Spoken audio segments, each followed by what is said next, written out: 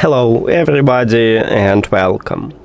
In this video I'm going to show you how to change volume using your speaker XIAOMI Sound Party.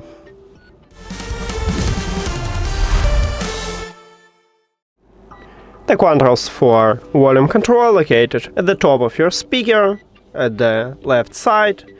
Right here we have plus button to increase the volume and minus button to lower the volume.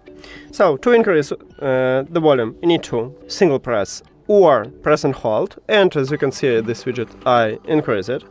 To lower the volume the same, you need to or single press or press and hold. And that's it. Also you can use controls at your phone to increase or lower the volume, or you can use the widget at the control panel. Thank you for watching this video. If you found it helpful, please consider subscribing to the channel and leave the like on the video. See you later!